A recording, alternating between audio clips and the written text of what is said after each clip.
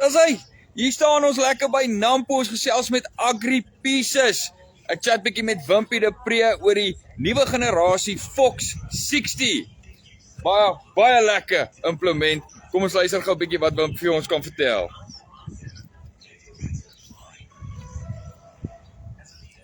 Wimpie, hoe gaan dit? Baie lekker, dankie. Mooi man. Jy's Wimpie, jy het nou 'n baie mooi implement hier. So vertel my gou 'n bietjie van die implement.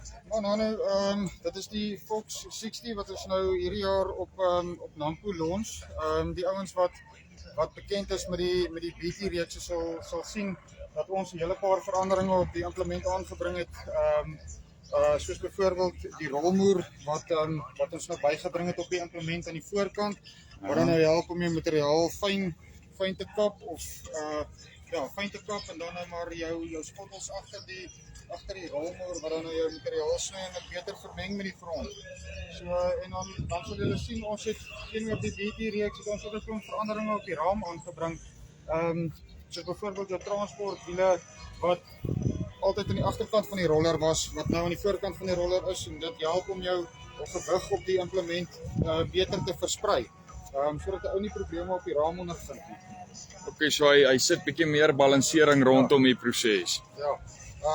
Standaard 22 duim skottel op die implement met 'n werksdiepte van 150 mm, met 'n kilowatt vereistes van 180 kW vir die implement. En jy spoed van tussen 12 en 15 km/h. Werk jy die materiaal, jy sny dit en jy werk dit in die grond. Okay. Hoorie Wimpie, dan nou 'n vraag, jy het iets gesê van 'n stabiliseringswiel.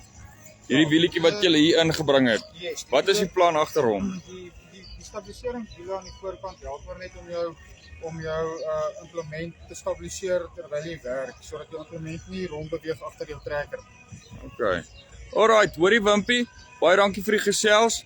Waardeer jou tyd. Dankie man. Right, en is nou Wimpie hier by Agri Pieces met die nuwe generasie Fox 60. Hoor hierso, tik bietjie Agri Pieces op jou Nampo app in. Kom kuier by hierdie manne. Hulle weet waarvan hulle praat, hulle ken die grond, hulle ken hulle implemente. Ek's Hande van Farm Spice. Mooi dag.